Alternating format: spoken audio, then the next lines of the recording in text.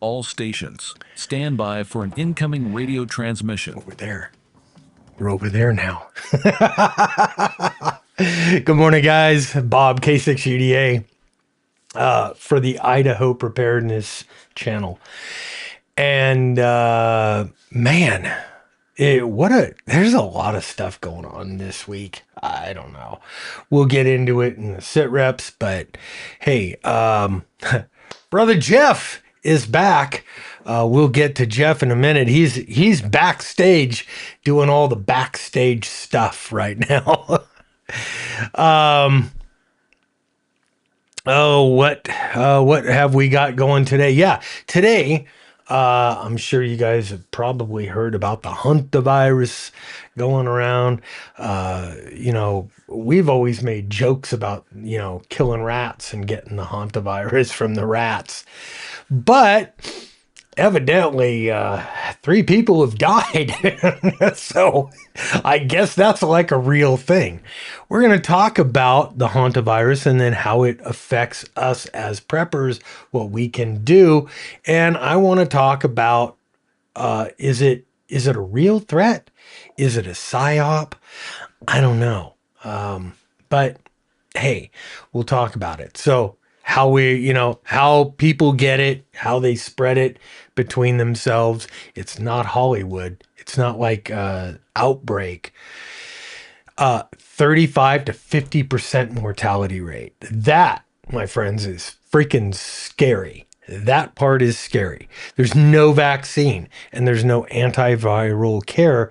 It is like comfort care. So that means, sorry, dude, you're going to die.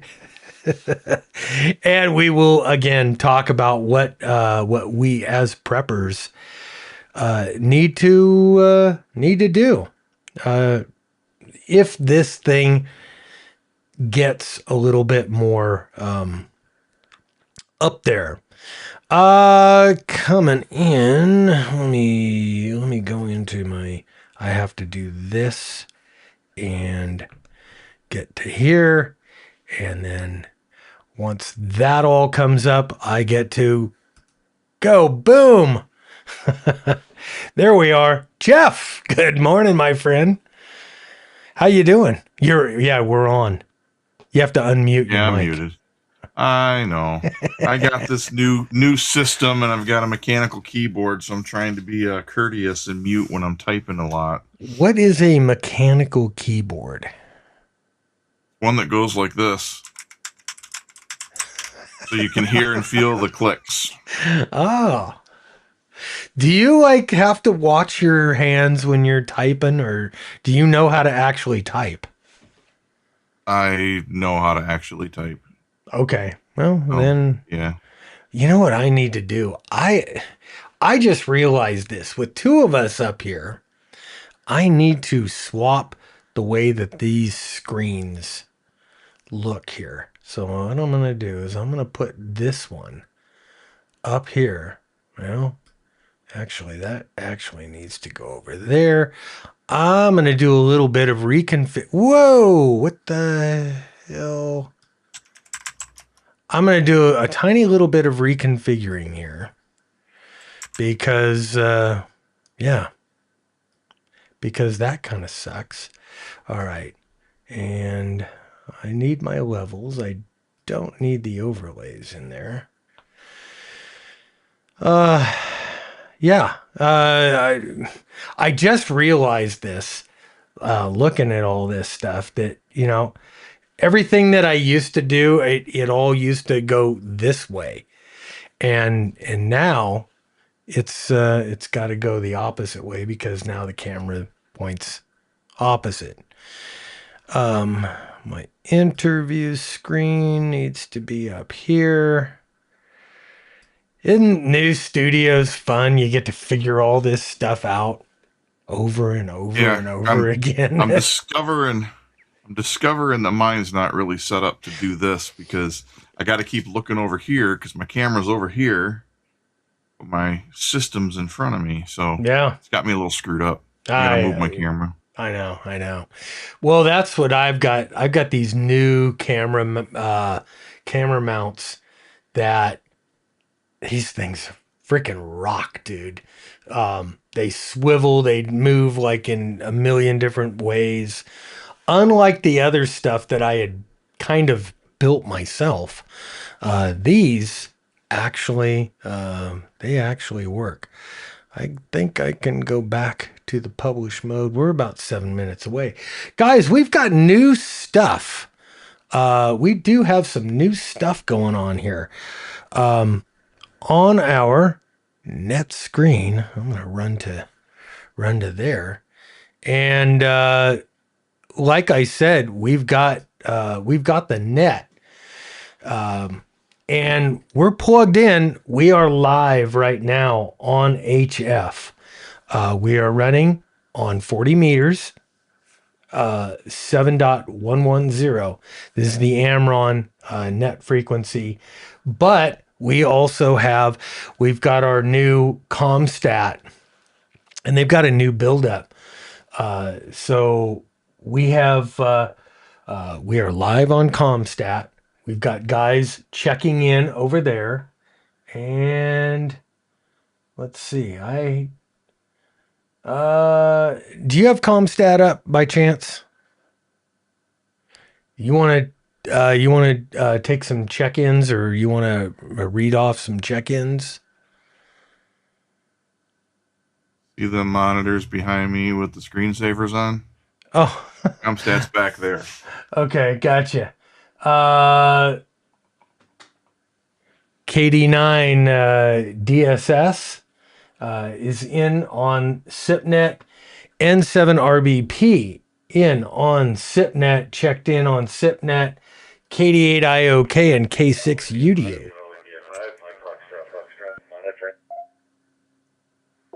Okay, we've got one. We got somebody on there on UHF. So we do have UHF going. We're going to do the net as we normally do. Man, looking good. Looking good. It looks like we have, 40 people in on the net watching this right now on, that would be between YouTube and X. And let me run over. Well, can you run over and check how many we got on each platform there, my friend? What's the map with the dots? Okay, Tucson Prepper 311. He says, what's the map with the dots on it? Okay, that is within ComStat. This is going out live, both over the internet and, we got 5 minutes. Both over the internet and on HF. And all of the green dots are ComStat check-ins for different nets. There's Amron net. There's the Tech Prepper net that's in there. There's, let's see, Ghost Net, Magnet, which are all preparedness nets from all over the country. So you have different people, and then each one of those things up top. And how do we get rid of you? How do we get rid of that? Publish. Okay. Oh my God. Back to the live. Let's just get back to the live and not worry about it. Boom. Out. Okay, good. Up at the top of the ComStat screen, up top there, those are called stat reps. And that is just a real super brief how everything is in whatever area somebody happens to be reporting. And there's all kinds of stuff. We went over that kind of last week. I'm also got Meshtastic open. And Meshtastic, that's local comms. And that's coming over my iPhone from two or three different Meshtastic sources that I have. Gotta move that. Let's see. What else do we have? Censorship is wild in America. People are getting paid just to censor others' speech. Yeah.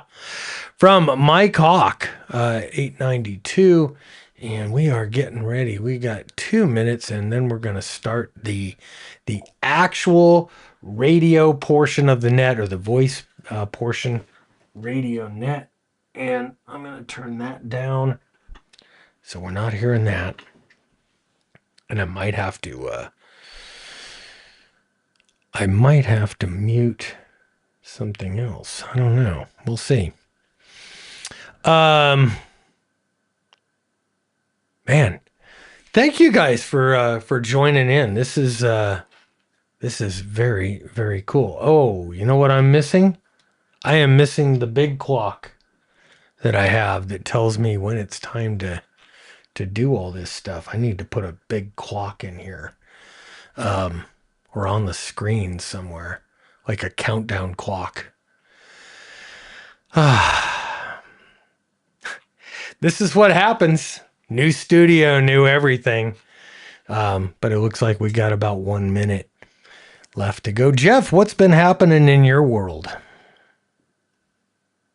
Just working and trying to get better. Well, good. Good on you. And hey, I appreciate you taking time out of your busy day to jump on here and do this. I've missed you, brother. I miss being here. Yeah. It's I think this is fun. It's informative. Yeah, I think we're just about ready to begin the radio portion of the net. So you could see I've got JS8 call is up and running over on the left side, or the top of your screen there. Jeff is next to me. We've got ComStat in there. And if anybody wants to know how to run ComStat or whatever, I'm doing a few tutorials as much as I can, because I don't know. Let's run to new comments here. Canada and US did gain of function. Yeah. So armchair has already been produced. I hate that. All right, guys, on the mic today, and here we go.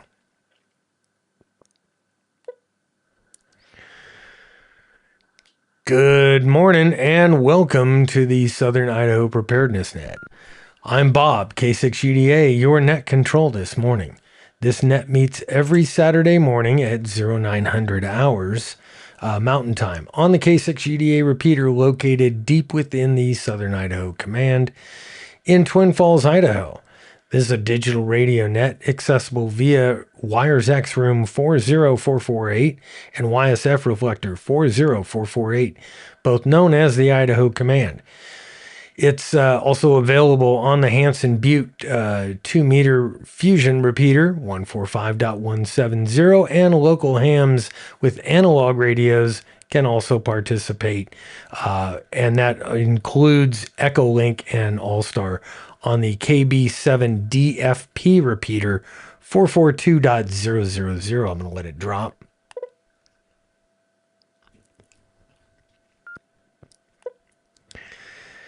The purpose of this net is the free exchange of information related to emergency preparedness, commonly known as prepping.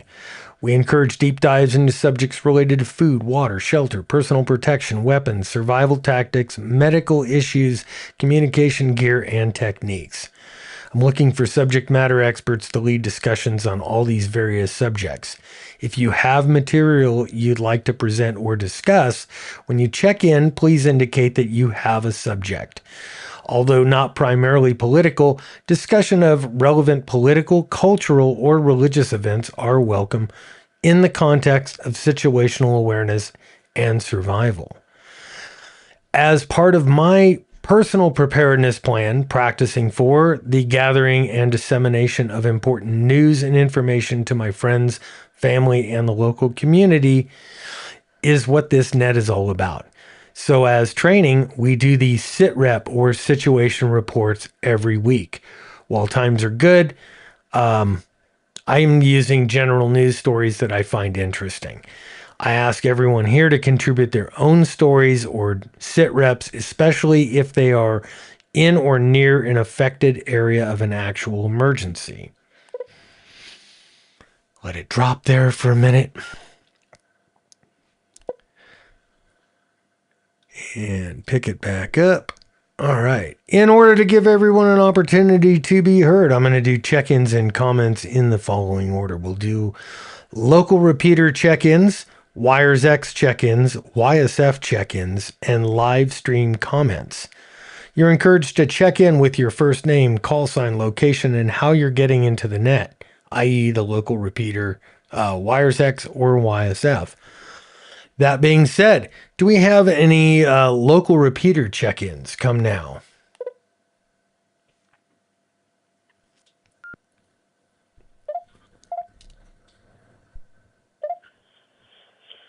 Kilo Bravo 7, Sierra, Quebec, Sierra. Lance, Twin Falls, Idaho on the 442-300, no traffic. All right, good morning, Lance, and thanks for the use of your repeaters for today's net. And I copied no traffic. Looking for check-ins from any of the local repeaters. Come now.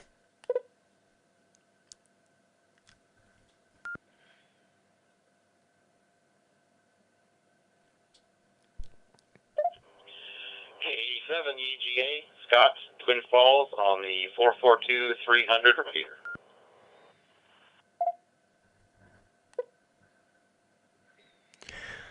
All right. Good morning, Scott. Thanks for checking in. Do you got any information or anything for the net?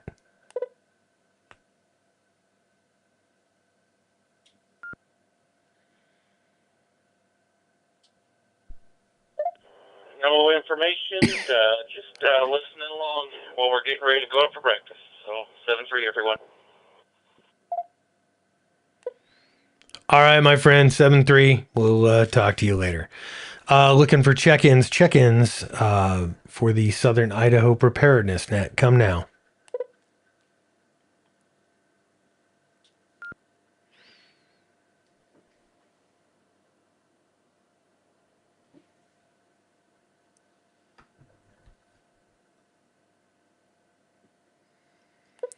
All right, let's open it up to Wires X. Wires X check-ins. Come now.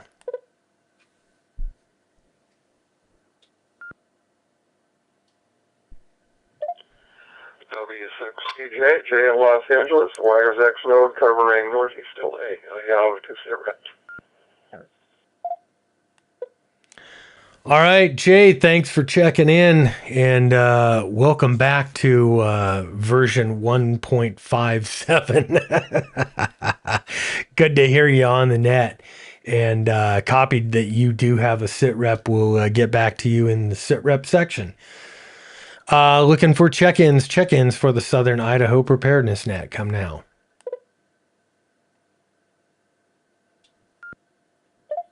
This is Kilo Bravo 7, Delta, Foxtrot Papa, KB7 DFP Cannon, Twin Falls, no traffic on the 442.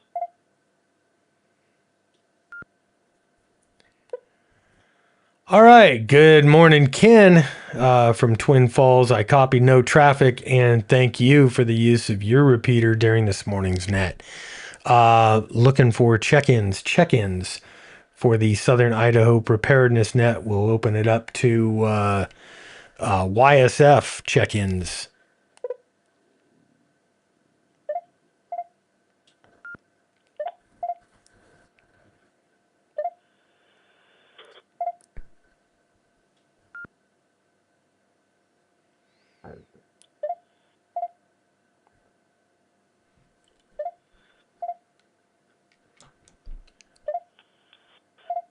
I think a number of people are trying to get checking in at the same time. Maybe I've got it. 7 RBT in Medford. Good morning to the net. No traffic. All right, Bob. Good morning. Welcome to the net. Got your check-in on Comstat also, and thanks for being part of the net. Looking for check-ins, any mode, anywhere for the Southern Idaho Preparedness Net. This is Bob, K6UDA.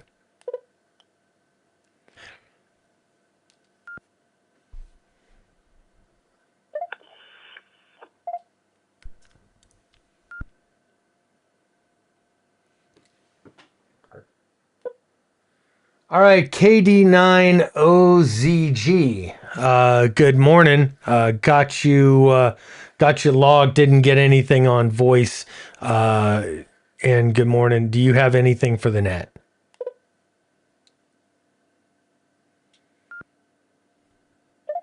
No traffic this morning. 89 OZG. All right, copy that. And thanks for checking in. Looking for check-ins for the Southern Idaho Preparedness Net. Come now.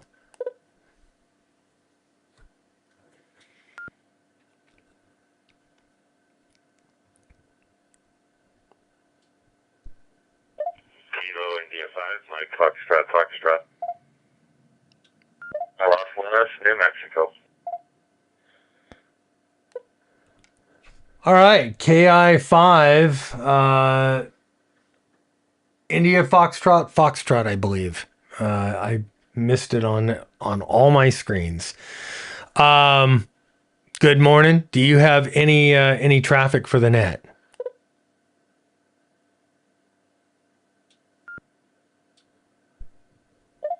Kilo India 5, Mike Foxtrot, no traffic. All right, Mike Foxtrot. Thanks for checking in and being part of the net. Looking for check-ins for the Southern Idaho Preparedness Net. Come now.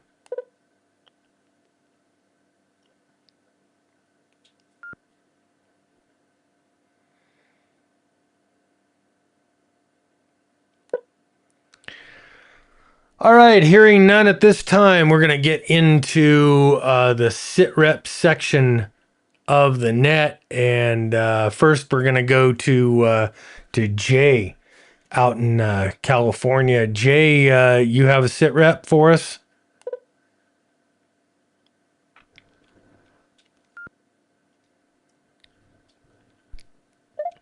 Hey, from W6CJ, good morning. Thanks for having me, Idaho. I don't think we have anything like your net out here in Los Angeles. Okay, a couple from the United States DOJ, California branch. Right. Okay, the DOJ Civil Rights Division has completed a year-long investigation into the admissions policies and practices at the David Geffen School of Medicine at UCLA in Los Angeles. Break. Also from DOJ, a lunch man who possessed a Molotov cocktail during an anti-immigration enforcement protest in downtown LA last year was sentenced today. This is dated May 6th. Sentenced on May 6th to 30 months in federal prison. Break.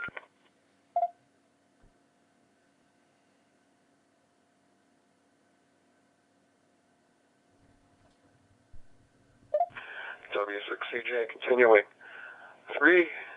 Dated April 29, also from U.S. DOJ. 3 California men pleaded guilty on April 29th to federal criminal charges for throwing rocks, fireworks, and ignited debris at California Highway Patrol officers trapped underneath a downtown LA freeway overpass with a C-8 vehicle set ablaze during an anti-immigration law enforcement rioting last year.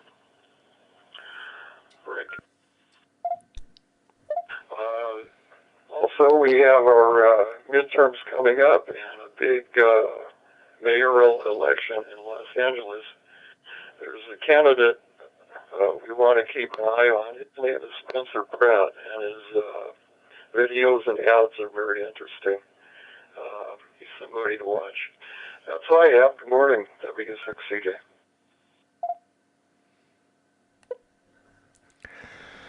All right, W6CJ. Jay, thank you so much for that. Always a pleasure to have you on the net. And like I said, welcome back to Wires X version 1.57, where the rest of us are still lurking. Things that I have. A couple of, well, you know what? We haven't heard from Jeff this morning. Jeff, do you want to read the top headlines? Sure. Let's see here. Oh, Can't do it hang over on. radio though. Hang on, you don't have a radio. All right, Correct. Jeff's not on the radio, so he can't do that part. Top headlines that I have. Nation in the world. U.S. military fired on Iranian tankers. American forces disabled 2 more Iranian tankers attempting to breach a U.S. blockade of Iran's ports in the latest blows to a shaky ceasefire in the nation. The Trump DOJ moved to revoke citizenship. The administration asked federal courts to denaturalize 12 immigrants alleged to have obtained citizenship through fraud, by concealing criminal acts, or by demonstrating allegiance to terror groups after naturalization. Wow, what a concept. Virginia redistricting was struck down. Virginia voters had recently approved a new congressional map that could have given Democrats up to 4 additional House seats, but the state Supreme Court narrowly struck down those maps. And Canvas learning platform was hacked. And I have no idea what the Canvas learning platform is. But it is an online learning platform used by 30 million students worldwide, and it was taken offline by a major cyber attack affecting thousands of schools and universities. I'm going to let it drop.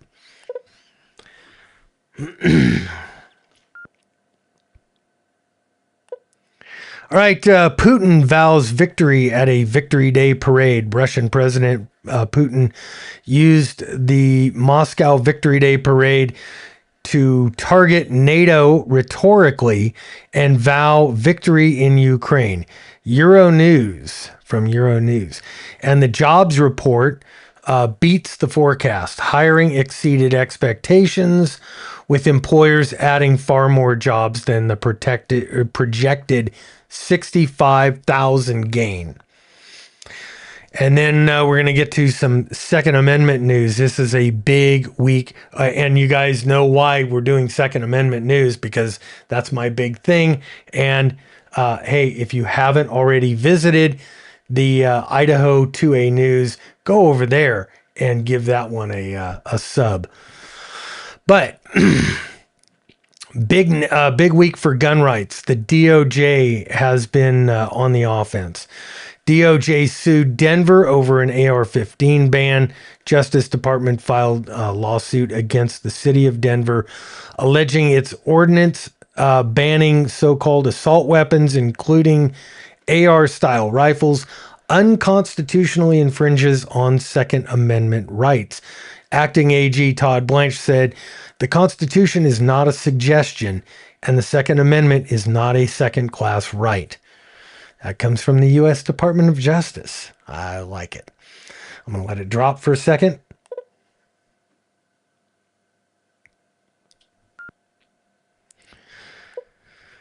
All right. DOJ sues Colorado over a magazine ban. Just days later, DOJ filed suit against the state of Colorado, challenging a ban on standard capacity magazines as unconstitutional infringement on the rights of law-abiding gun owners. The new ATF director confirmed major reforms announced. Robert Cicada was confirmed as the ATF director in a bipartisan 59 to 39 Senate vote. And excuse me. He immediately signed what is called the most comprehensive regulatory reform package in ATF history. 34 new rules aimed at reducing regulatory burdens on firearms licensees and gun owners. And there's a video on that up on the Idaho 2A News where I go through some of those. Minnesota passes sweeping gun control. The state legislature passed SF 4067, an omnibus gun control package that includes bans on modern sporting rifles, magazines over 17 rounds, privately manufactured firearms, and certain trigger mechanisms, while also expanding red flag provisions. And finally, let's just say finally, Alaska moves to remove suppressor restrictions. The Alaska Senate Affairs Committee approved SB 243, which would remove suppressors from the state's prohibited weapons list. Wow. Okay, and that is the SITREPs as I have it. Does anybody else have any information, SITREPs from your areas or anything for the net?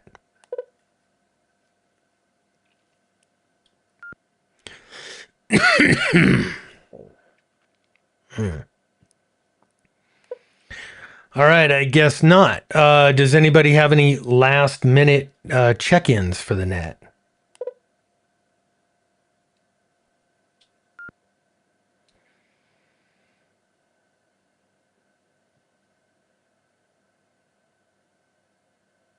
Give it a second here. All right, hearing none, we're going to go ahead and end the radio portion of the net. I think we have 4 or 5 SIPNet check-ins. We actually do have one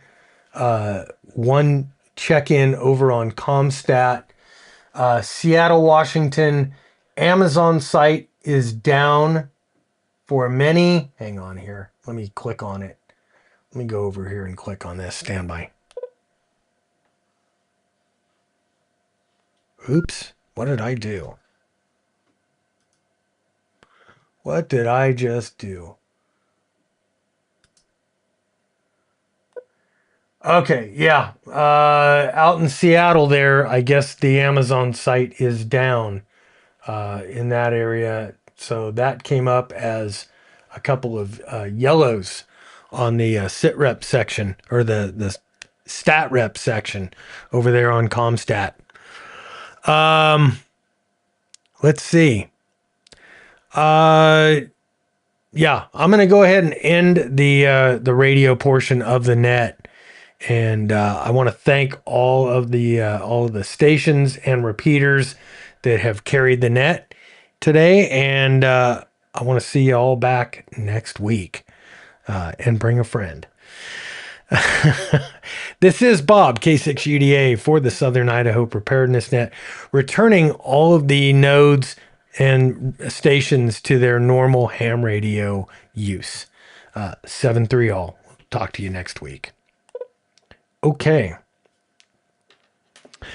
All right. And we get to put that one down. And Jeff, do we have anything, any comments or anything that that you want to put out there? No, just only one comment come in while you were talking, and that was about the Canvas site being taken down Thursday afternoon. Tony Petch said that he heard that it was possibly from Duke University. Of course. Hey, because it's finals time. Somebody didn't study for their finals, so they're going to take the entire country down as a result. That's The kind of world. crazy. That is crazy. All right. So now, guys, it is time. Let me see. Oh, wow. 68 folks watching here between here and X. And then how many do we have on Rumble? Do you have that up? Ken, 18. 18 on Rumble. Good crowd today. Good crowd. Well, let's run over here to our normal BS and screen here, and we're gonna get right into it. The Hantavirus. Here's the current situation. There was a Dutch ship, the MV Hondius. Oh well, hey, that's kind of ominous. The Hondius has hantavirus. It departed Argentina in early April 7th, and had cases identified as of May 4th. 2 lab confirmed, 5 suspected, including 3 deaths, 1 critically ill, and 3 mild. And that's from the World Health Organization. Passengers have dispersed to at least a dozen countries. In the U.S., they've spread across Arizona, California, Georgia, Texas, and Virginia, from NBC News. And the CDC has classified this as a level 3 emergency response. Jeff, do you have any idea what the level 3, where that is? That like on the DEFCON level? I do believe that it's the same type of ranking system, but I don't know what the level 3 ranking is on that scale. Okay. Well, maybe somebody in the chat will be able to tell us where that is. And the World Health Organization currently assesses the global public risk as low, which is good. That's a good thing. I'm going to move this just a little bit over here so I can, yeah, there we go. So I don't feel like you guys are like looking at me off kilter. All right. So what is the hantavirus? Jeff, you want to tell everybody what the hantavirus is?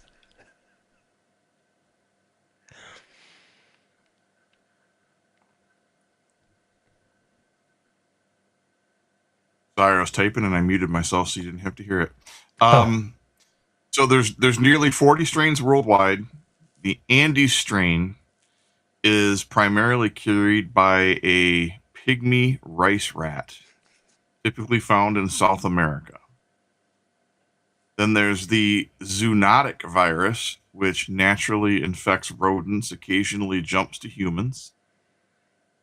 And an Andes virus is the only hantavirus strain known to spread from person to person. It's already present in Idaho. Cinambre strain carried by deer mice. So sounds like there's different strains of it, nearly 40 of them. Andes is the one it sounds like we need to be the most concerned about, because that's the one that does spread from human to human. And it seems like if you don't play with rodents, you might not get the others. Okay. Well, hey. So don't kiss dead mice. I guess that's the moral of that story. How it spreads. Primary routes: inhaling aerolized particles from rodent urine droppings or saliva. Again, don't kiss dead mice or dead rodents. And you must inhale the virus-carrying particles released when contaminated materials are disturbed. Rodent bites are not a common route, from the University of Florida. Person-to-person contact is limited to close, sustained contact with a sick person and not through casual contact. And it is not an airborne, not airborne like the measles or COVID. And the incubation period is 4 to 42 days after exposure. Holy 42 days. I mean, Yeah. you could, that's kind of scary. Yeah. That is. Yeah, it sounds like the healthcare professionals are the ones that are going to be most susceptible to getting it because they're the ones that are going to have prolonged contact with the sick person, or the family members that are trying to care for them at home, not realizing what it is. Yeah. Before we go to the next topic, in the chat on Rumble, Serene Pickle says, back in the 80s, we were taught to spray down dusty areas with a dilute bleach disinfectant solution before cleaning if rodent contamination was suspected, and to wear dust masks and gloves. Also of note, Moderna applied for a Hantavirus patent 2 years ago. Interesting. Very, very interesting. So, yeah, I mean, that makes sense. If you're cleaning up a rat-infested area, wear surgical gloves, wear a respirator, I would say, at the very least. And you probably want to put on a face shield to protect the eyes and all that good stuff. Thank you. You want to get into the next one? Yeah, symptoms and progression.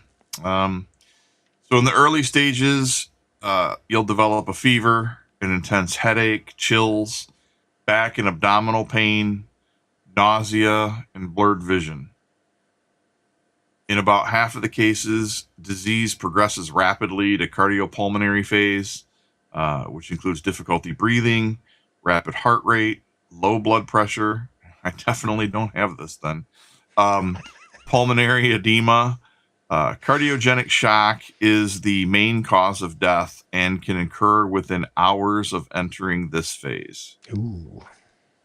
So, if you have any of those symptoms or all of those symptoms, go see your doctor, I would say. So from Miko Wolf, it says, we are no longer part of the WHO for a long time, so they could kiss his ass. Okay. Wow. One good thing about the Hantavirus, most of the legal to cross the border never got all the shots. Baked chicken, measles, goosebumps. You know what I'm talking about. Okay. The mortality rate. This is what's freaking scary. The Andes mortality rate is approximately 35 to 50% once the severe complication stage is reached. And compare that to the COVID early mortality, that was under 2%. The deadliest infectious diseases outside of the filoviruses like Ebola. This is kind of like the Black Plague. Oh man, that's what makes it scary. And here's what really gets me: is this, is this like a one-off real thing that a couple of people were kissing, dead rats in wherever they were on a cruise ship? Or is this the beginning of something that, what's his name? The Microsoft dude, Bill Gates. Is this something that like somebody like Bill Gates and Fauci dreamed up to sell more vaccines and depopulate the world and do all of these things that and I've heard those theories being put out there. But with a 35 to 50% mortality rate, if this thing mutates and gets out, that could be very bad for everybody. Let's see. Oh, you want to take the next one? Yeah. So as of right now, there is no vaccine and no antiviral cure. It's treated through supportive care only, using fever reducers like your Tylenols, ibuprofens, IV fluids, symptom management. ECMO, which is a machine that takes over your heart-lung function, can reduce the mortality from 50% to 20%, but it requires a fully equipped ICU. And anybody that knows anything about ICUs and hospitals, they only have so many ECMO machines to spare. So bottom line, early hospital care is the only real option. This cannot be managed at home. Wow. So if you suspect it, go in and get tested for it. Wow. Because you're not going to get better by isolating yourself at home. Holy shit. That's crazy. 117 people on this stream right now. Thank you guys so much. Please do me a favor. Help me out by hitting the like button. That absolutely costs you nothing. And hit the subscribe if you haven't already hit the subscribe button. Thank you, man. 120 on the stream. This is very, very cool. Probably the biggest crowd we've had on one of these. Let's see. The prepper scenario. So what if it spreads?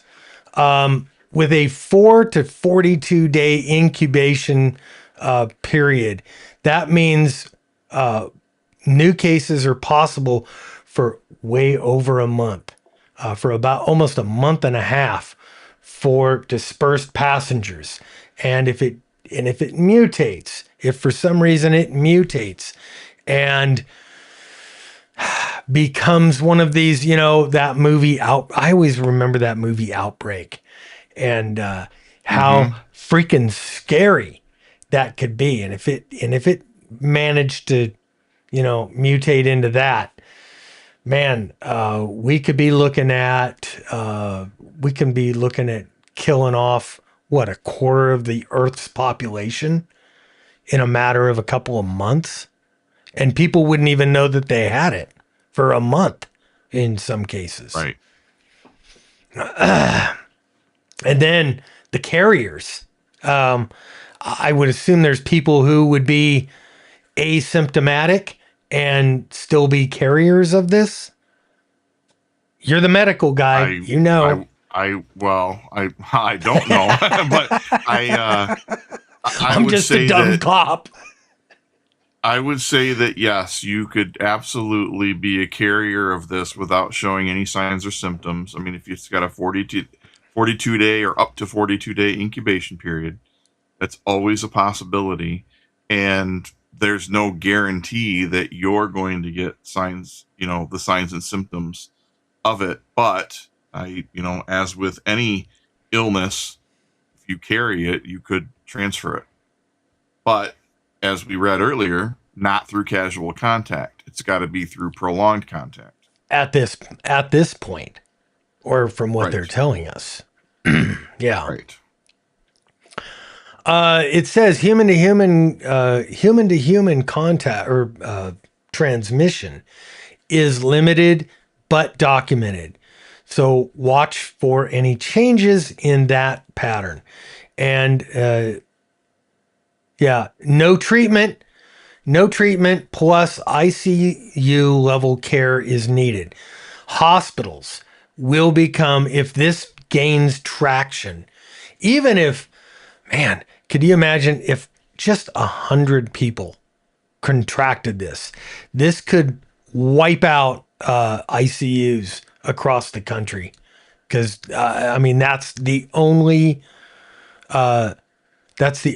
way, or the only way that you can survive this is in an ICU. Supportive care preps. You need oxygen, hydration, fever management, and you need and you need to buy time to reach definitive care. So, wow. It doesn't sound very rosy. But then again, what preppers can do? Hey, Jeff, go ahead. What can we as preparedness-minded people do? Start off with rodent control. Seal your home and outbuildings. The hantavirus already exists in Idaho through deer mice. Cleaning protocol, wet your contaminated areas with bleach solution first, kind of like what Serene Pickle mentioned earlier. Wear an N95 or better mask. Never dry sweep rodent areas. Again, The hell is also dry what sweep? Serene Pickle mentioned. Okay. Meaning wet it down first. Don't dry sweep it so that you dust up in the air. Oh, yeah. Okay, gotcha. Yeah. Yep. So Gotcha. pretty much Serene Pickle pretty much nailed that head on earlier. All right. Thank you, Serene Pickle. Yes. Mask supply. N95s and P100s are your first line of defense when dealing with rodent contaminated spaces. Know the symptoms. Comes on with a flu-like onset. If someone has exposure history and develops a fever and GI symptoms, so gastrointestinal symptoms, get to medical care immediately. Time is critical. Medical preps. IV fluids. It's a little hard for us preppers to do without a medical contact.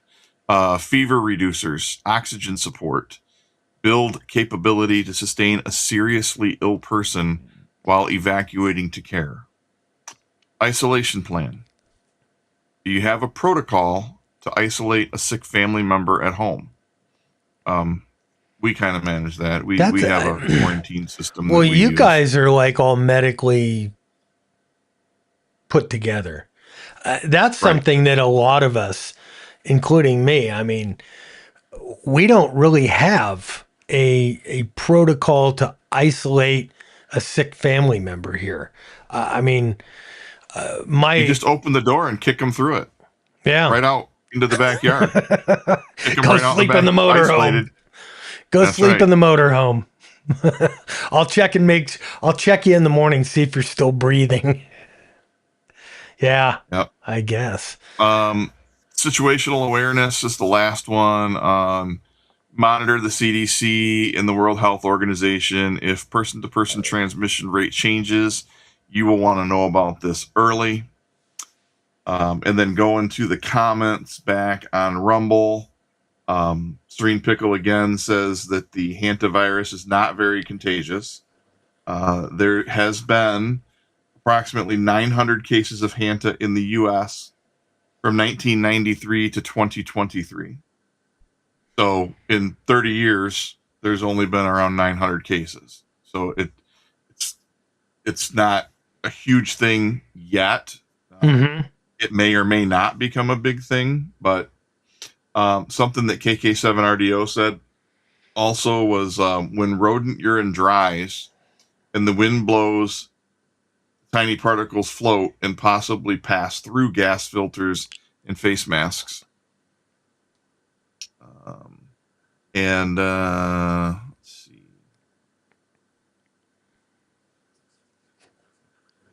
Miko Wolf suggests going outside and enjoying the sun, get tons of vitamin C and vitamin D, and then you shouldn't have to pop a vitamin pill. Okay. Sounds good. So let me ask you guys out in the chat there, since let's see, what do we have? 159 people in the chat today or watching this. Do you have at your property, do you have any active rodent control measures at your property? And what's your current N95 and P100 respirator supply?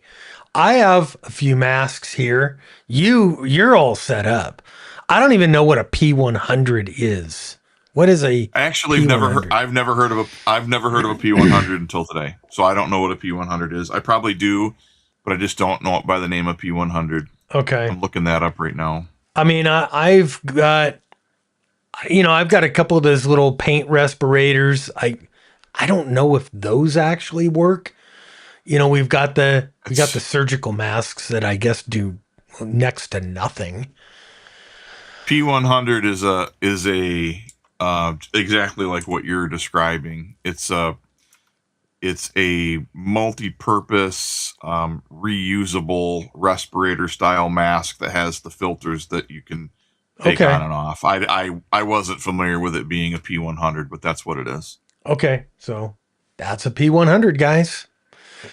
Do you have a home isolation protocol for seriously ill family members? And that's something that I need to work on because, we get the average illnesses, the colds, the flus around here. And I know my wife and I, one of us will be sick and the other, we still sleep in the same bed, which is probably not a great idea. Bear 333 Goons said Gene Hackman died after Hantavirus SRV, not ANDV.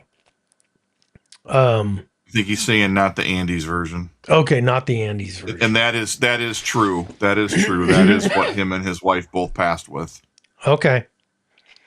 Oh, I thought she did, and then maybe he just died of whatever, but I guess that would make sense because he was kind of he had dementia or something. Yes. Okay, that makes sense. All right, Ann, what is your plan if the nearest hospital is overwhelmed or inaccessible? Wow. I mean, what do you do at that point? I don't know. Because it's I think to me, and this goes back to situational awareness, basic situational awareness. If we start seeing more cases throughout the country, I think at that point, you need to start looking at what is it called? Prophylactic care or yes. you're not going to expose yourself to more public contact than you absolutely have to. I don't know what you do, about going to work and doing all the daily things, going to the grocery store. Well, going to the grocery store, that's kind of easy. And it doesn't really look all that out of place anymore. You'll now see people walking around with surgical masks. So, hey, maybe you put the surgical mask on or you put the N95 on and you kind of go about your business. The rubber gloves might look a little bit odd. Just saying. Oh, I got a thumbs down. Who's gonna thumbs down trying to stay alive? But 34 thumbs up, guys. There's 156 of you that are on this stream. I would love to get 156 thumbs up before the end of this live stream. That would be insane. That would be so cool. And then you guys over on Rumble, please, again, thumbs up this video. Excuse me. It helps this channel more than you know. It really, really does. So please, and it doesn't cost you. It doesn't cost you a thing. A click, boom, it's done. Thank you. So the good news. Whoa, hang on here. What did I just do? Zoomed up. There you go. I don't see how that does that. It's not supposed to do that. It's supposed to all be locked in so I can't screw things up. Just like that. The good news and the bad news. The good news is the experts are fairly confident that this specific outbreak will not go pandemic. The virus's extreme lethality is actually its own limitation. It kills people way too fast to spread efficiently. And even on a cruise ship with hundreds of people in close quarters, transmission remained rare and limited to people with the closest contact. That said, the infrastructure cascade failure question is exactly the right prepper framing. Yeah. If this mutates, if things start to get, like the movie Outbreak, I think, I don't know, Jeff, what do you think? I mean, how would you deal with, you're a paramedic, if the hospitals are starting to get overwhelmed, what are you thinking at that point? There's not really anything you can do. Really, if the hospitals get overwhelmed, the best thing you can do is exactly what it talked about earlier. Stay hydrated, maintain fever control, make sure you're stocked up on your Tylenol and your ibuprofen to try to fight the fever. Mm-hmm. And, I just hope that the folks that do come down with signs and symptoms of it are healthy and their immune systems are intact. Yeah. Because that's really the best thing, is your body being able to fight it off. I can tell you that I are not one of those people right now. I are not healthy and my immune system sucks. So, but yeah, if the hospitals get overwhelmed, this is a different animal than the pandemic, because it's a different treatment and it requires more specialized things that there's less of to utilize. So, Wow. you start talking about things like ECMO doing the heart and lungs for you. Mm-hmm. Like I said earlier, there's only so many of those.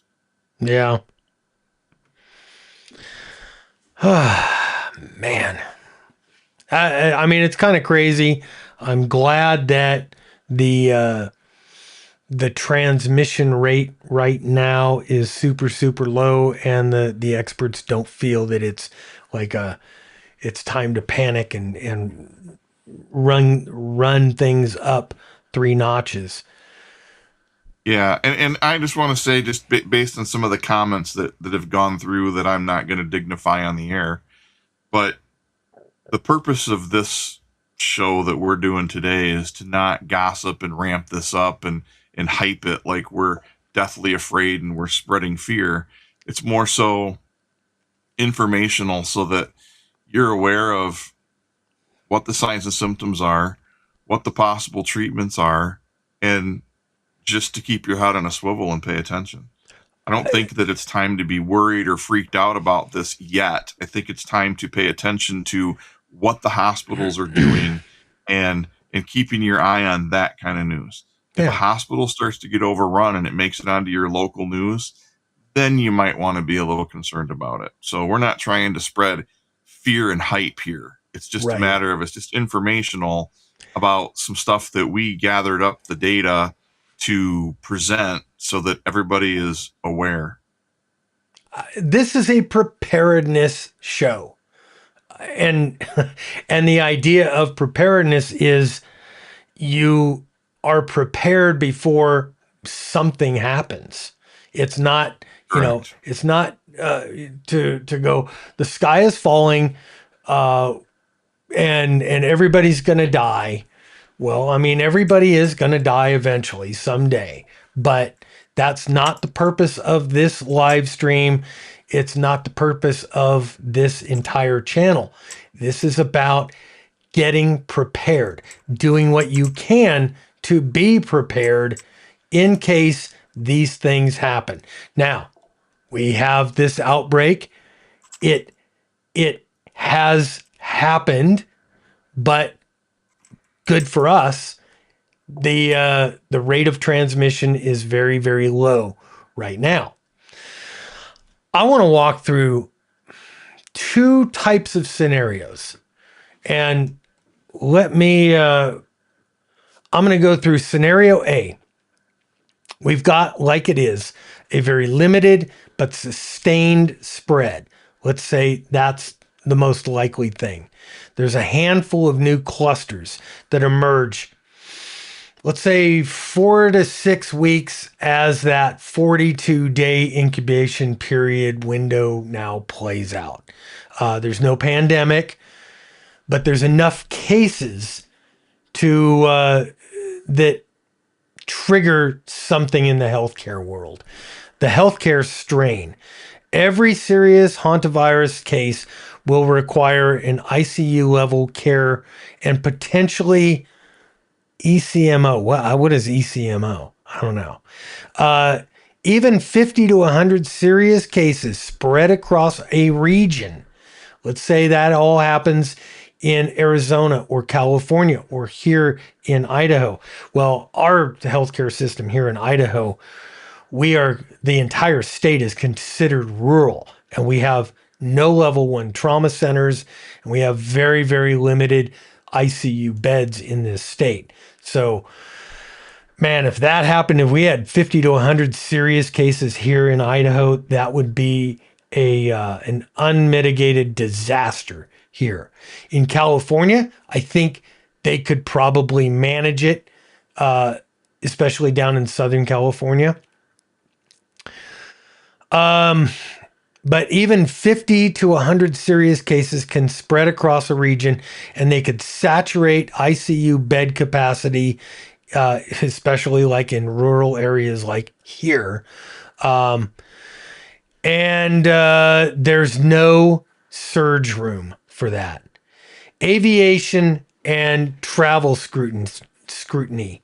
Passengers from 23 nationalities were aboard the MV Hondius.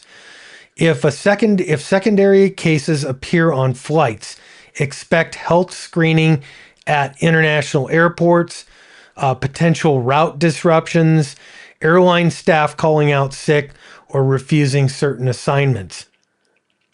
Guys, if this starts spreading or it mutates, and you start seeing the flights that get diverted or canceled, or you start seeing, like huge precautions going into airports, in and out of airports. I don't have a medical background, so I rely on things like, like that movie Outbreak from a million years ago, where you've got a guy who's coughing on the airplane flying back to the United States, and all of a sudden, everybody on the plane is now potentially getting that virus because that is a closed air system. Kind of the same thing with a cruise ship inside, but not as much. International trade friction.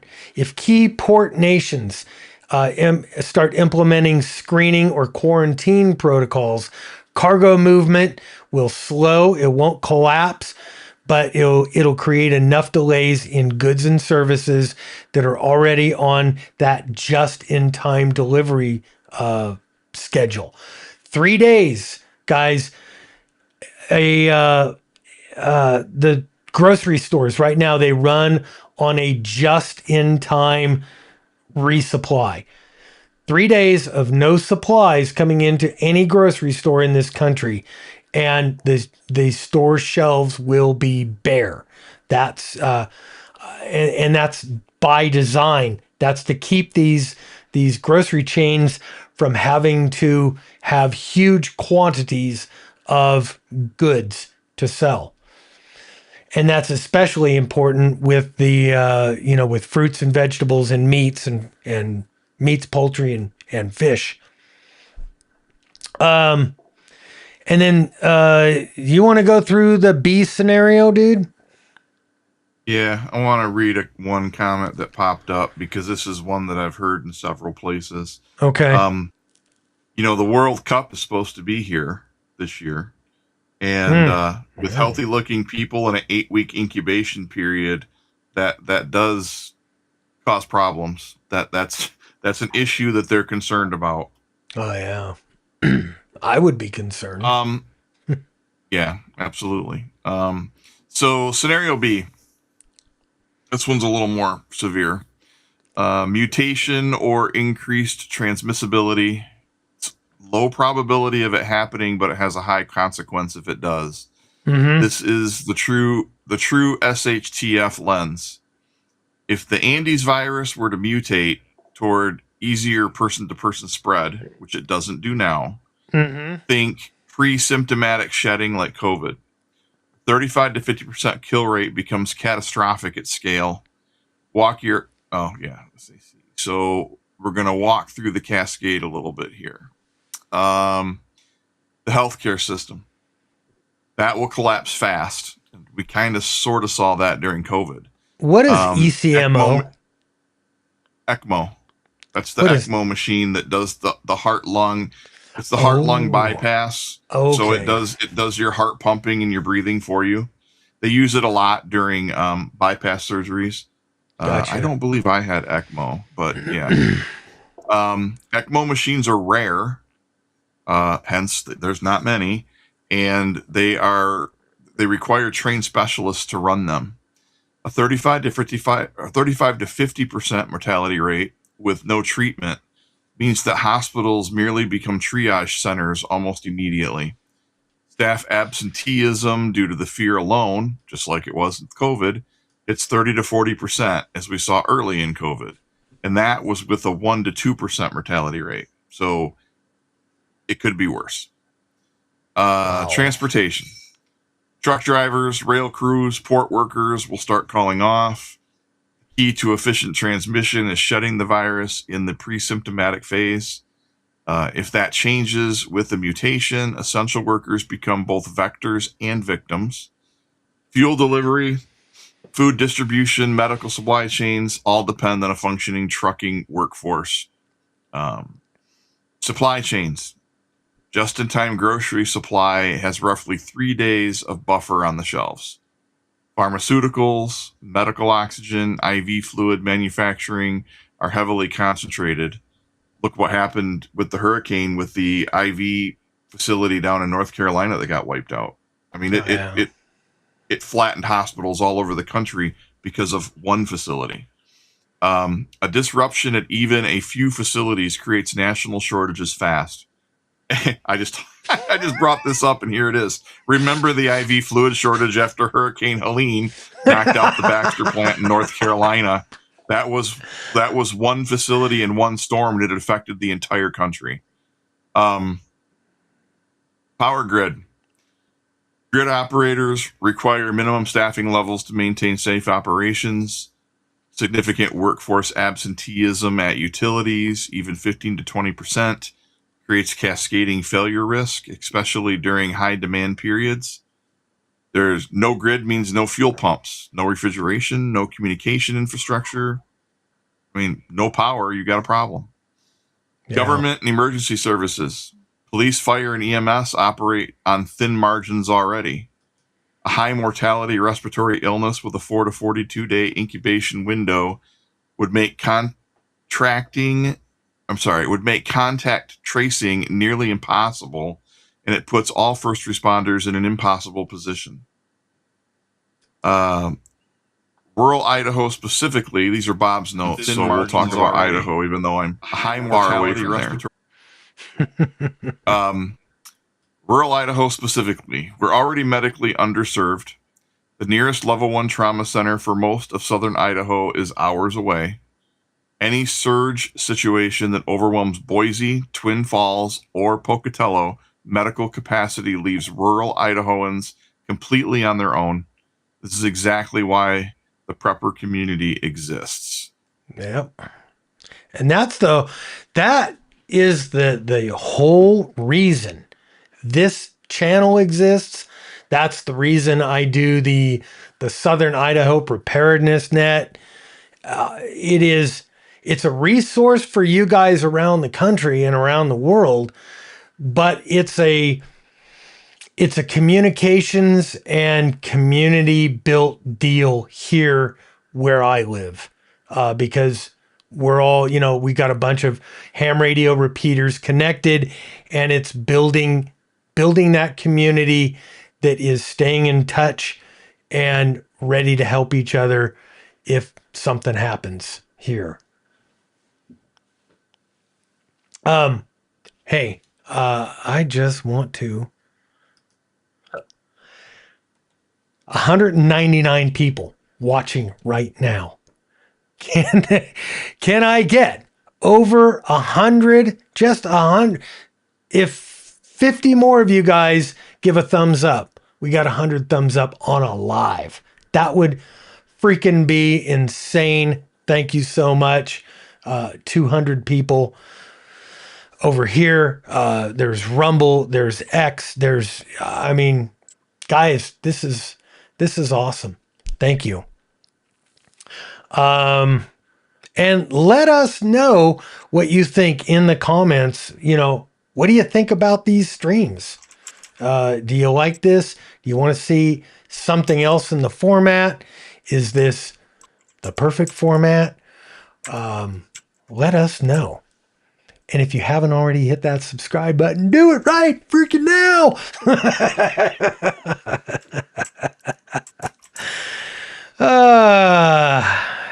That's beautiful. That's beautiful. Oh, how does that do that? It keeps screwing that thing up. I got to lock that. I have to lock that one down. And I got rid of the thing that locks it. So I don't know how I do that now. Let me just, where's the one? Overlays. Where's my overlays? There we are. Nope, that ain't it.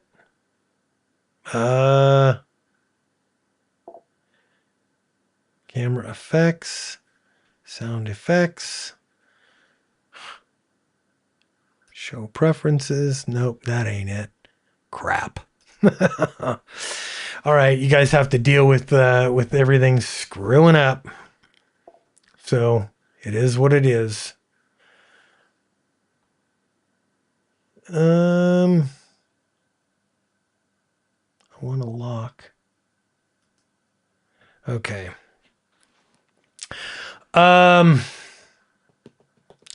What else? I am looking over here on the on ComStat. I'm not really seeing. Okay, we've got another check-in over there on ComStat. Thank you. And I don't see anything. I don't see any check-ins here on Meshtastic. But hey, I'll keep opening Meshtastic for these things. Go back to our two-shot. And where's everything? All right.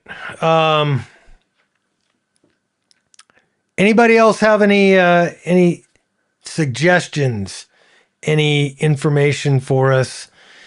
And I think because we're at about an hour and 20 minutes, so hour and a half. Let's go through some of the comments and talk about this, Jeff. Knock yourself out. Have you seen that thing flying?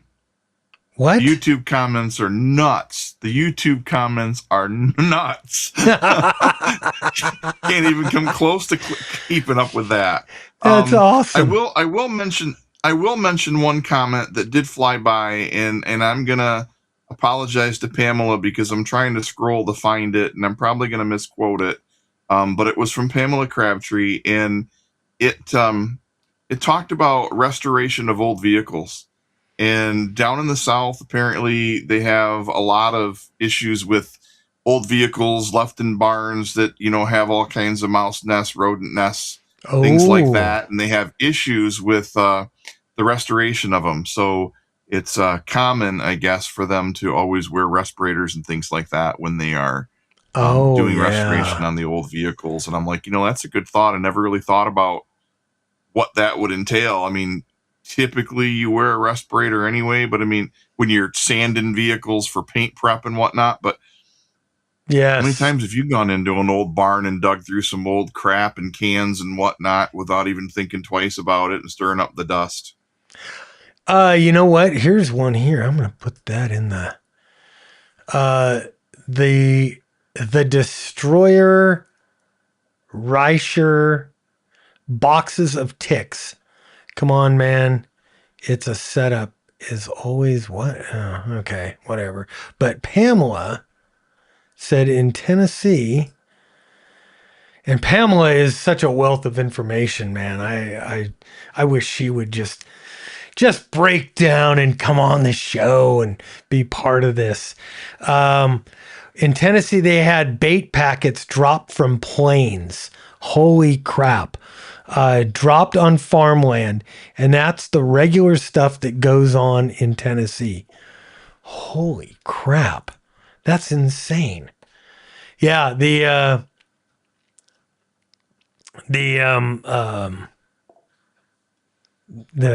comments are flying today. I love this.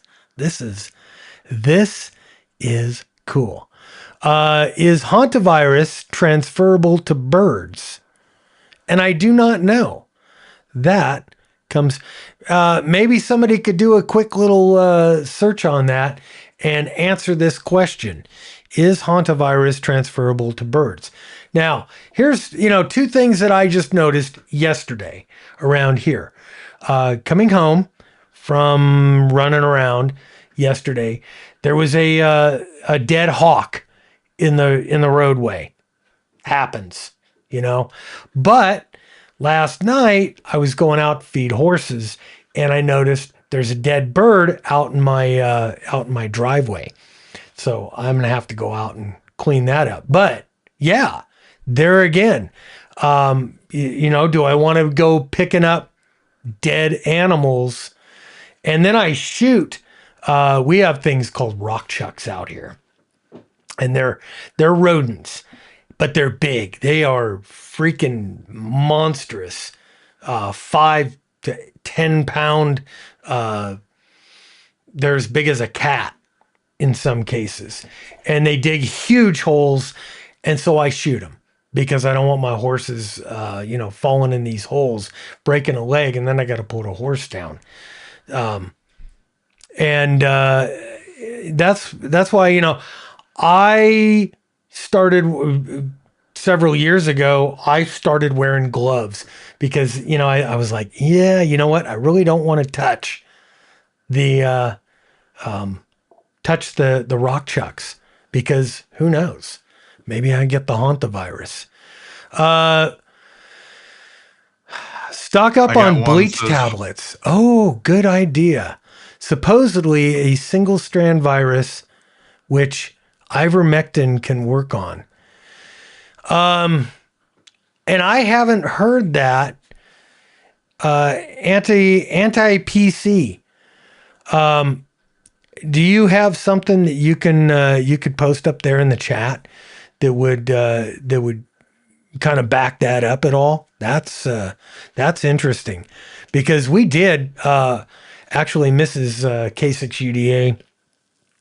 She went with a bunch of friends to go visit somebody's mother in Arizona, and they went into Mexico.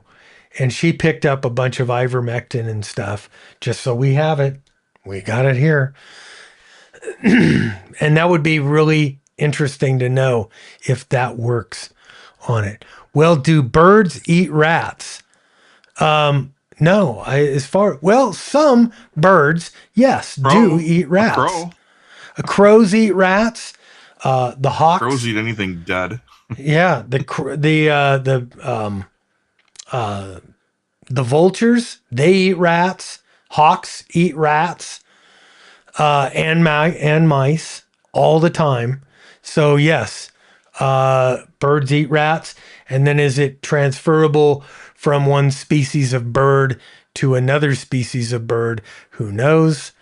Large cruise ships use 250 tons of fuel per day. Wow.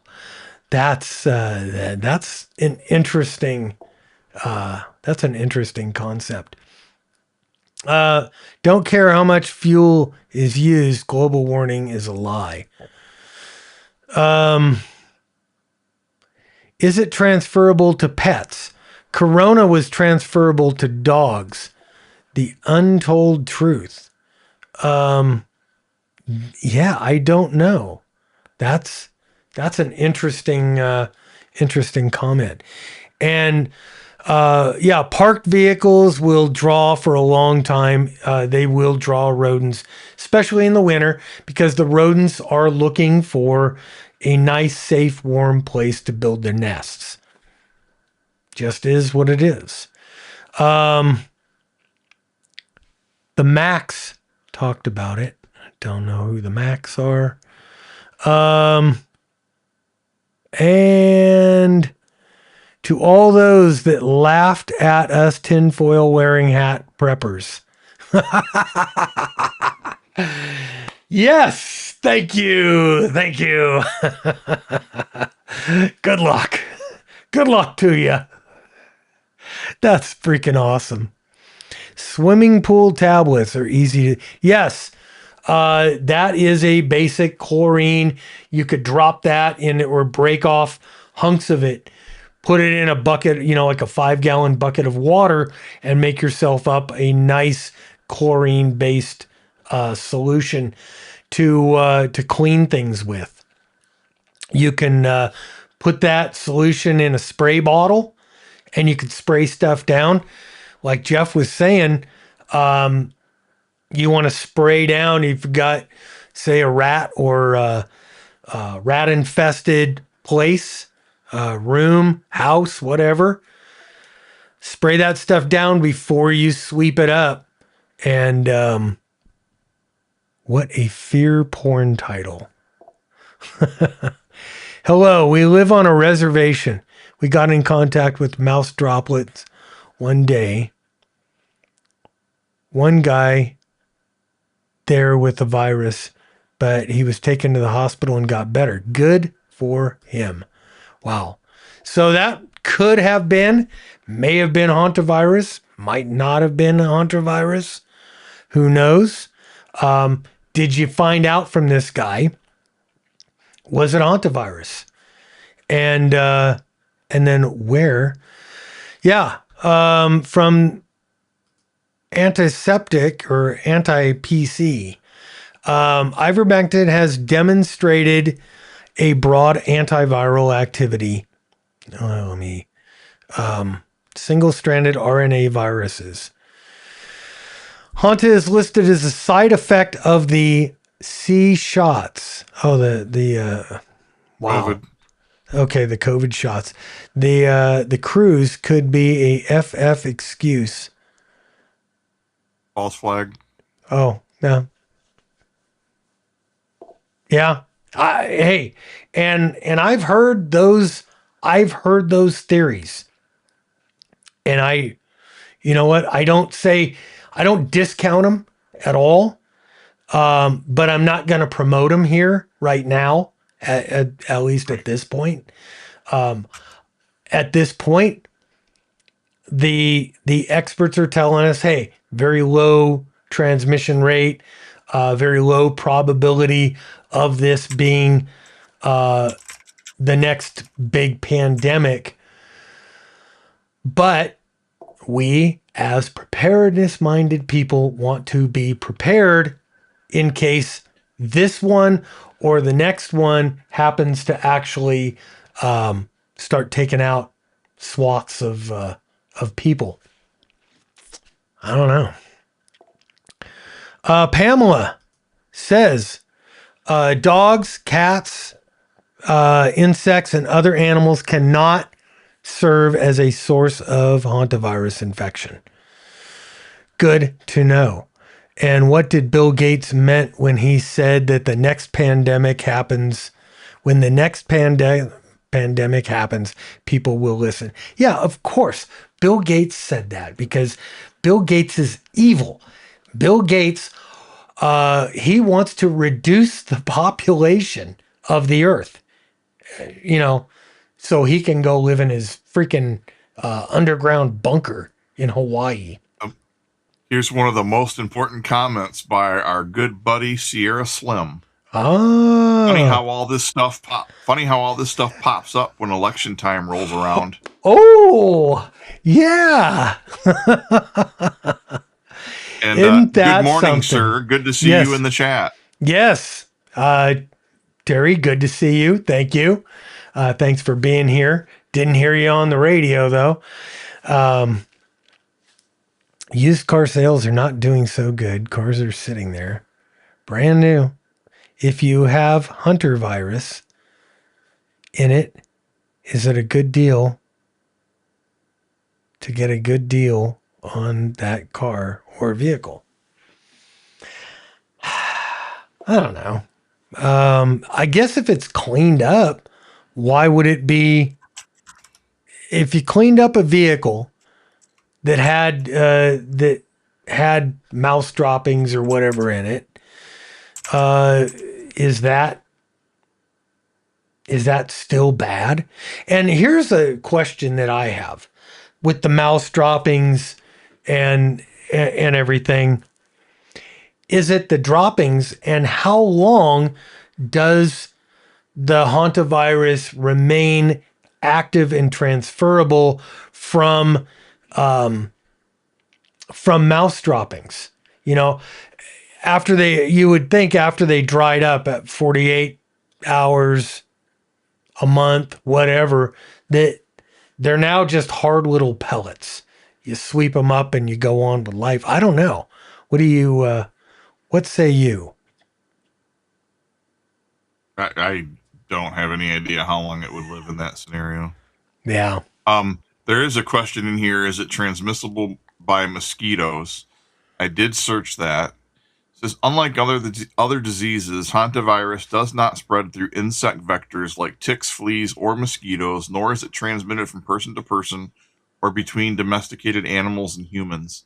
Now, I'm not totally buying that answer. That's just a Google search, because we do know it's transmissible from person to person with prolonged contact. Yes. Somehow. I don't think they know how, but it obviously is. So I don't know that I believe that answer completely. So the answer is it could be transferred by mosquitoes. Who knows? I would say that I don't think they know enough to get the answer right now. I would say pellets of death.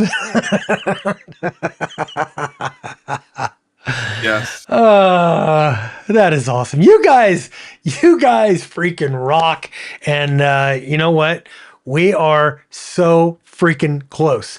82 thumbs up so far. Please get me to 100 thumbs up. You could do it right now. Boom. And then we're gonna blow out of here in a couple of minutes, I think. But I'm just enjoying. Are you enjoying the comments today, Jeff? Yeah, a little bit. There's a little bit of banter that I could do without, but yeah, for the most part, the comments. For the most part, good. Man, there's great questions. Steve 00ALT says, "Does the wind activate the mouse dropping particles, or indoors it's fine?" Okay, so I agree with Steve. I think we got the solution. Stay away from blowing, dusty rodent droppings, and the answer is we just stay inside for the rest of the year. Okay. Works for me. That's where we're going at. Works for me. We just stay inside. Everybody stay in your houses. Nobody go outside. And he says goodbye summer 2026. Shelter in place. Go ahead, shelter in place right now. We're all gonna die.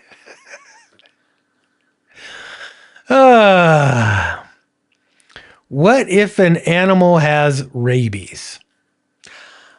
I think, you probably want to stay away from an animal that has rabies. If you got a raccoon on your back porch and he's foaming at the mouth, you probably just want to just kill him. Put him out of his misery. Then put the remains in a baggie and get rid of it. Bury it. Yeah. Let's see. I have heard there is a cruise that has a stomach virus on it. I would imagine every single cruise has some kind of minor little virus or contagion that is running around. And I don't care how much they clean it or whatever. People get on, you got what? 5,000 people get on and off this ship every 7 days or 5 days or whatever the cruise is. And to think that every single one of them is healthy, I think that's foolish. That is a foolishness to think that. I don't know, man. We're at 86 thumbs up and I just want to get to 100. And then you guys can get on with your Saturday. But until then, you're locked in here. We're sheltering in place till it hits 100 thumbs up. Can you do that for me right now? If you're watching on your TV at home, and you're watching YouTube on your TV at home, click the down button. It'll bring up that little menu. You can cursor over to the right to the little thumbs up thing, and you can go thumbs up, and it's done. Yes. Thank you. I see a few floating in here. People bring food on cruises too. Now, do people actually bring their own food on cruises? I don't know if most cruise lines even allow that. I think the cruise lines kind of have a prohibition of outside food coming onto the ship. They want to control, they control their own food contamination protocols and everything else. I don't think they allow us to do that. Because I know they don't want you to bring your own booze on the ship because they want to sell it to you or they want you to drink their booze. I don't believe, and I don't know if they'll let you on with your own wine. I guess, if you've got the 1934 Chateau whatever, and I'm not a wine guy, maybe they'll let you on with that bottle, but they're not going to let you crack it open in your room and and keep it in there. You're going to have to, give it to the maitre d' who's going to serve it to you dinner one night, I guess. Jeff, you got anything? I see you're madly typing at people, and good thing I can type without watching my fingers. I can't, and I'm like one or two fingers on each hand. That's it. That's all I can. So Ender with Smith says no booze, no booze. Andre. Steve 00ALT again says the UK Prime Minister would say that we are misinformation conspiracy theorists. Really? We are? For just putting out the information? The UK Prime Minister would say that we are. Oh, well, of course. United Kingdom. Why not? Why not? Yeah. Because, I could care what he says about as much as I can care what right now the governor of Idaho says. Stay home and play the harmonica. Yeah. According to Pamela. Oh, yeah. Stay home, play the harmonica. I love it. I love that. Bring your own booze. Take the ferry. Take the ferry. Oh, Oh, okay. Bring your own Bring your own booze. Take the booze ferry. cruise, take the ferry. Yeah. There you go. There you go. Take the ferry. Well, we don't have any ferries here in Idaho. We have Glenn's Ferry, which is it's a nothing little town, but we don't have any actual ferries. Oh, 95 thumbs up. We're almost there, guys. You can do it. You can do it. Andrew says he sent the Prime Minister an invite to the show.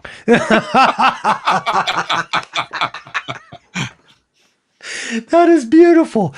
And guys, hey, if you haven't already visited the Idaho 2A News, if you're a 2A kind of person, if you believe in your rights, go visit the Idaho 2A News and give that one a subscribe and a thumbs up. And if you haven't already hit the subscribe here, I don't even know what to tell you.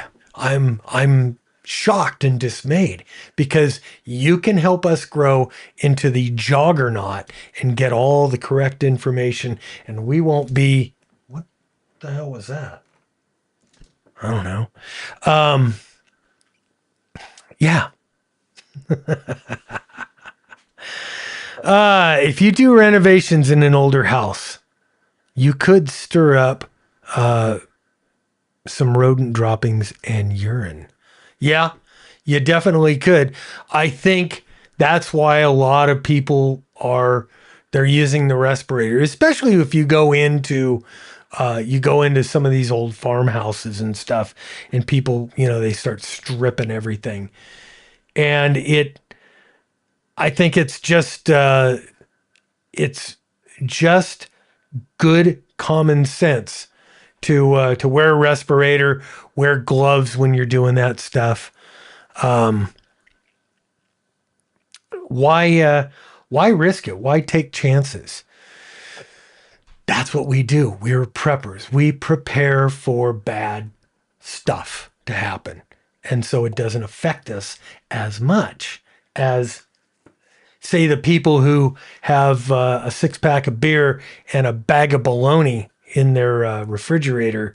And when there's a hurricane or a tornado or a fire, and they tell people, hey, either shelter in place or bug out, they've got nothing and they can't ride out a storm. That's the big one, is a big storm. They can't ride it out because, well, they don't have any freaking supplies. They just go through life going, I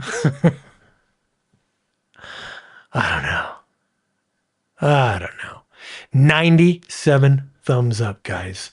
We are 3 away. 3 more. 3 more away. And then you can all go home. Otherwise, nobody's leaving. Nobody's leaving till we got 100 thumbs up. Gene Hackman and his wife died of a mutated form of hantavirus. Oh, and was it a mutated form, or was it one of the strains, one of the known strains? I don't know. Man, good discussions today. Yay! Woo! We hit it. 100 thumbs up on a live. Thank you. That's a new record, my friends. That is awesome. Yes, be sure and like, subscribe, share, according to Pamela right there. Boom! You guys did it. You guys put us over that 100, and I want to thank you all for being here. I'm just curious, Bob. Just curious. Okay. What channel are you on? We are on the Idaho Preparedness channel right now. Okay. This, are you? Did I not say that? I don't. No. I'm just wondering if you put it on the right channel. Remember, we did this once. Oh, you got to be kidding me. I'm just wondering. I don't know. I'm not saying that you did. I'm just asking. This is on the K6UDA channel. Is it? Well, no, hang on. No, it's this should be on the Idaho Preparedness channel. I was just watching it on. It's got to be because I set it up to go to the Idaho Preparedness channel. Okay, making sure. That's all. I wasn't trying to scare you. I just was almost curious. freaking. It is. Hey guys, are you watching this? It is on the Idaho Preparedness channel. I just went back in to go back in there. Yeah, 125 online watching live right now. It's mine says 159 live. Okay, well, we'll go with yours. Yours sounds better than mine. Yeah, and then what? About 20 over on Rumble. Over there, and I don't know how many on X. No, Rumble's kind of piddled off a little bit. We're down to 11. Oh, well, that kind of sucks. But hey, you know what? This is guys, this is a small channel, and we really thank you guys for getting on here, checking this out, sticking with us. Do you have any preparedness topics you want us to cover?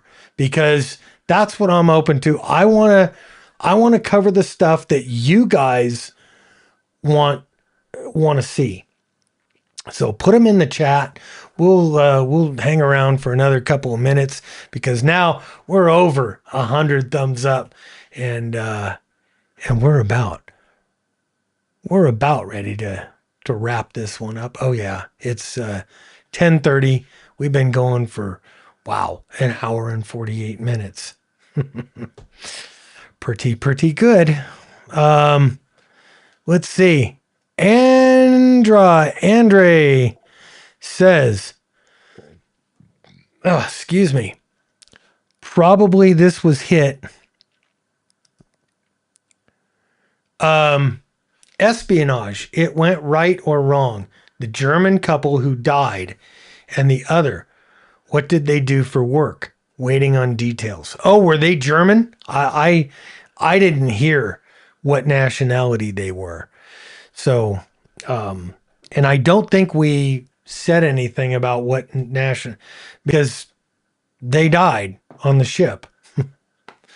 Oh, well. And the ship, you would imagine if you had 3 people die on a ship of hantavirus, that they would have locked it down. And, because they did that before. I remember they locked a ship down, I think for COVID or something. I'm on the Idaho Preparedness channel. Good. Thank you, Miko Wolf. I just wanted to make sure. I'm sitting here looking at something and I see that K6UDA channel logo up behind me. Rice and beans. Oh, rice and beans won't save your ass. Deny your flesh, for the kingdom of God is with you.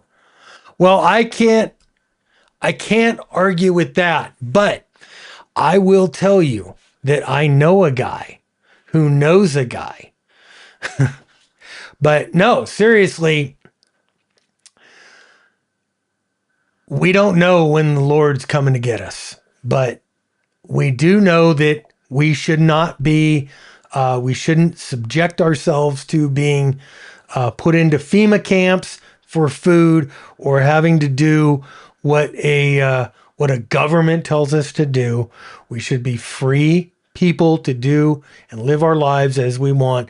And if something bad happens, we should be prepared to feed ourselves, feed our families, and help our communities. That's my take on it. And when the Lord comes to get me,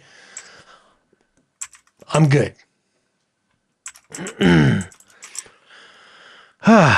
Should we get N95 masks before they're sold out or hold off? Okay, my personal opinion. I think COVID taught you that. Yeah, I think buy your supplies while the getting is good. Why would you hold off on buying possibly needed supplies? And I'm not saying you need cases of freaking masks, but to get a couple of boxes of masks that you can have, you put them away, and if you never have to look at them again, beautiful, perfect. And if you do have to look at them, if you do have to give them out to your family and your friends, you've got them. Hey, I remember during COVID, we had toilet paper. My kids did not. And the great toilet paper shortage of 2021 or whatever, 2020 or 2021, my kids were calling me going, Dad, do you have any toilet paper? And I'm like, use a rag. Use a rag, kid. No, I gave him toilet paper. But I had it. I had it here to give. So, yeah, don't hold off. If you can afford it, if you can get it now, if you can afford it, get it before the Christmas rush. I'm like that with ammo. I buy ammo. I keep ammo in stock because I don't want it to run. I don't want it to run out and then everybody's panic buying. And then I don't want to get into the panic buy with everybody else. And I won't. I don't have to. Do you reload? I don't really reload anymore. I was kind of reloading a little bit, but I haven't for a number of years. I have got a reloading kit, and I haven't even set it up here. So, no. Wow. Just curious. Do you? I don't, but I'm looking at getting into it. A couple of my friends do, and you know, as I'm sure you're aware, the reloading is like pennies on the dollar, especially with the ammo prices going up like they are. Yeah. Yeah. Well, the ammo prices are going up. Everything's going up. I hear that we're looking at an ammo shortage third quarter of this year. So, and right. I've been telling my friends that go buy ammo. If you can go buy, pick your caliber.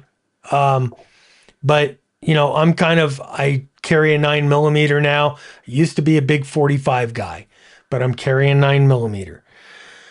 I buy 1,000 rounds of 9mm every other month, and I probably shoot it pretty much consistently, 1,000 rounds a month, or 1,000 rounds if I go out for a day of training. I'm stocking up on 22 right now. I'm stocking up specifically on some match grade 22, which I'm doing some long range 22 shooting. And I'm not going to get into that right now, but hey, you know, it is what it is. Wow. The numbers are growing. The numbers are growing. 171 people still on this stream. What do you, guys, we've been going for 2 hours now. We're at 2 hours. I think, Jeff, is it time? Is it time to say goodbye? I don't know, man. It's your show. It's your show. I mean, no, I thought you were going for 200 thumbs. I thought you were going for 200 now. 200. Now it's 200. Nobody leaves till we hit 200. Yeah. Hey, how do you like this? I'm trying to be Santa Claus now. I decided I'm going to give the face a break for a while. Really? I'm just lazy. I don't have an excuse. I'm just lazy. This is a week. This is 1 week. So, is what it is. You can buy canned meats for 20 or 30 year shelf life. Yep, got that. The great toilet paper shortage will, where one sheet will cost $50. And Smith & Wesson stock. Nice. 2 of my neighbors reload. That's Pamela. 2 of her neighbors reload. Yeah, I've got neighbors that reload. I know Sierra Slim, he reloads, but he was reloading for, I think, a very specific purpose, and that was he was doing that cowboy action shooting. And so he was doing these loads specifically for that, and they were super, super light loads that he could just, like pop off, and they would barely hit the metal targets in his competition. So kind of is what it is. I'm not gonna read it out loud because it's slightly inappropriate, but look at the comment right above mine.